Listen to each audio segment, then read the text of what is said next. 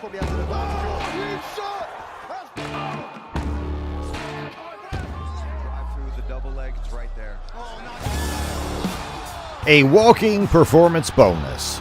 The 6'5" Titan weighing 257 pounds is lightning fast and moves like a lightweight. He's a jiu-jitsu black belt and is the definition of calm and collected, but damn dangerous. Boasting a 100% finish rate in his wins and is the UFC's overall leader in striking differential. Being the interim champ, Aspinall is expected to fight Jon Jones for the undisputed title, so it's time to relive the journey of this British star. Heavyweight champion!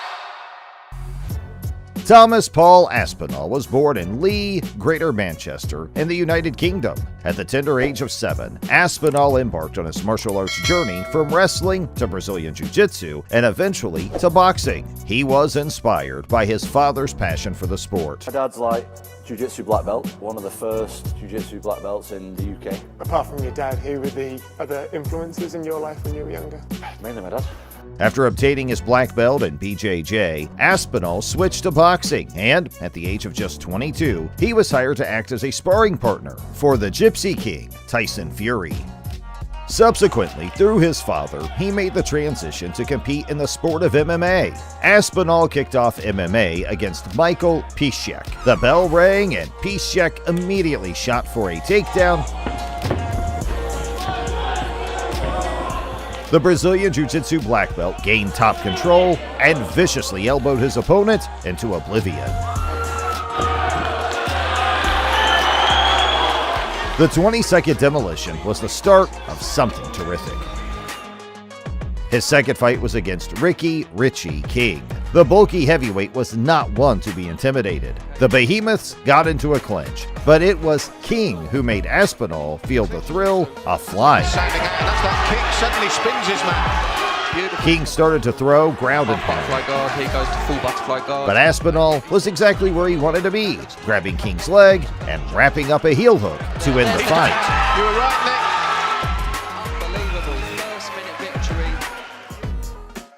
He went up against Stuart Austin, a former Bellator fighter who had been on an 8-fight win streak. Tom came in aggressively, hoping to get another quick finish, but was brought down by Austin.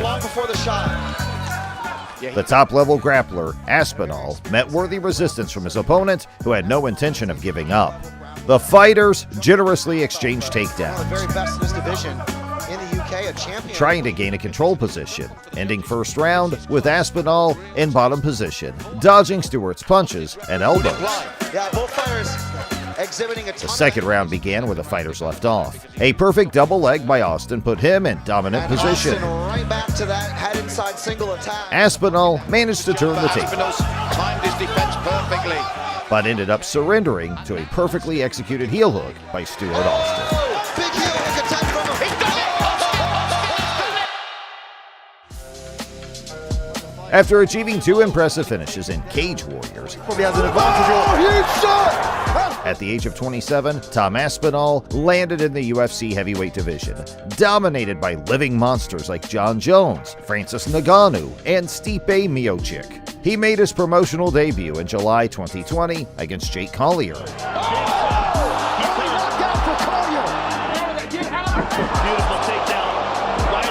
The American began to attack aggressively, hoping to intimidate the opponent. He moves like a welterweight. But Tom, with British calm, responded with a classic 1-2 combination, Only finding straight. Oh! What a finish! sending the Yankee to bed without dinner. Aspinall's debut lasted just 45 seconds. He impressed with the speed and precision of his shots. His next fight was against Alan the Black Samurai Baudot. The French heavyweight had lost just once in 9 fights. Baudot tried to decapitate his opponent with a series of spinning back fists, They could say nothing but positive things. all of which failed. Spinning attacks from Baudot. Aspinall responded by closing the distance and, after some powerful short right hands, But he's getting creative. he moved into the clinch, slammed the samurai to the floor, finishing him with heavy elbows. No Marseillaise for the Frenchman that evening. Aspinall's winning streak was next to be tested against Andrei Arlovski, a former champion who also has the most wins in UFC heavyweight history. The two fighters bounced like lightweights, displaying quick boxing. These days, you think he's going to try and take his time, but And Aspinall landing good counters. Andre's got to be careful. He kind of closed his eyes. But the lightning-fast Aspinall was on a different speed. He cracked the veteran's skull with a couple of 1-2s, Right as I say that, this could be the end. delivering a series of fast and precise shots. Arlovski's going. Insane for a guy that size. Cut and bleeding, Arlovski fought back. Asked Tom about his grappling the other day. In the second round, Arlovski tried to hit Tom while keeping his distance. Might have the pressure fighter here in round 2. Now, entering the territory of his longest fight ever, Aspinall rushed the veteran like a bull. People falling over when I hit them. What is The that? rest was taken for granted. The younger Aspinall swallows his victim with a rear naked choke. Tom Aspinall, submission victory. Having announced his name with 3 straight finishes in the UFC, he was booked to fight Sergey Spivak, a grappling beast from Moldova. Aspinall fired 2 successive 1-2s Like an Ngannou and peppered Spivak with quick strikes from different angles. So, to your point, Michael, this man is This forced Spivak into a bad decision. He shot for an unsuccessful takedown, I thought he was going to say me, but he said, but then attempted a judo-style throw. he's just a kid. Aspinall landed a brain-killer elbow that sat him down and rained damaging shots to end the fight. A stellar start was only to be met with tougher challenges. For his next bout, he faced Alexander Drago Volkov, a 6'7" Russian who had been on the cusp of winning the heavyweight title the year before. Not at all impressed by the Russian's height, Tom began with a quick and precise 3 shots, 1, 2, 3. just to make Drago understand who's in charge at home.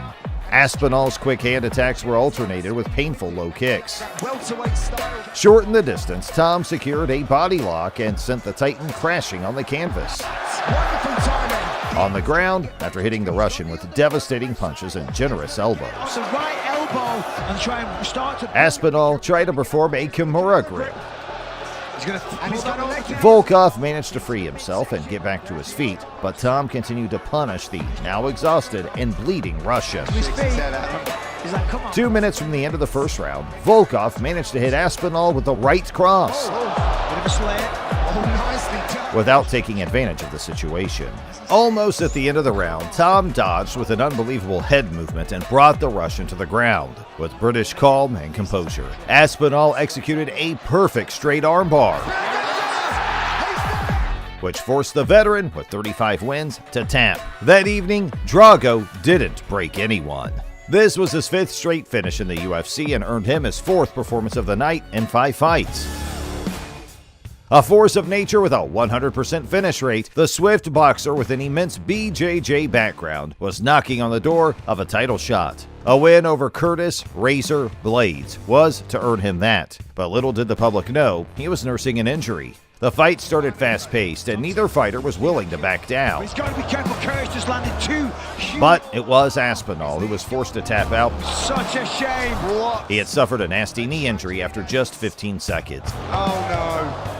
Once on the lookout for a title shot, Aspinall would have to get surgery and recover for a year as he watched the division move past him. Most athletes compete with injuries. That's just the way it works. If you want to be a top athlete, you have to push that shit to the side if you can.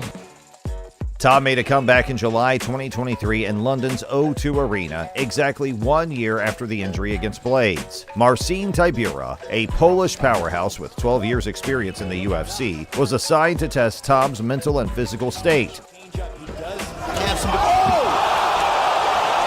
10 seconds into the first round, Tom hit the Polish fighter with a precise and powerful high kick, Very quick for a head. making all doubts about his knee disappear like the London fog under the sun's rays. Aspinall's legs were quick and his hands were fast. Look at the hands. A devastating elbow followed by a straight right from Tom sat Marcin down and rained damaging shots to end the fight. Tom was back.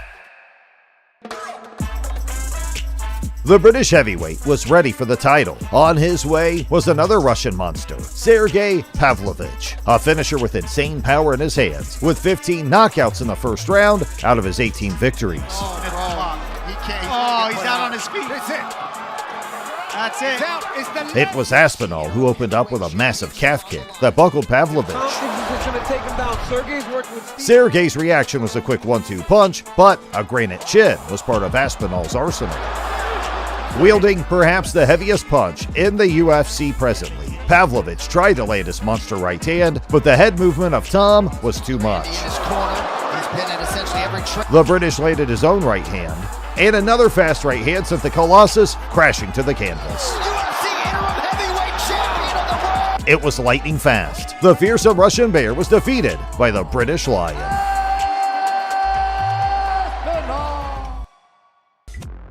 When he is not in the octagon, Aspinall is sharpening his boxing skills with Tyson Fury. Good luck, Tom. Do the business. Smash his face in. Get up there, my boy. All the way to the bank, man. Tom Aspinall is Jon Jones' next opponent and is already on the path to becoming the greatest heavyweight in the history of the UFC. A life dream for the British star, a victory over Jon Jones could mean a domination of the heavyweight division for years to come. If you enjoyed this video, hit the subscribe button, kick the like, and smash the notification bell.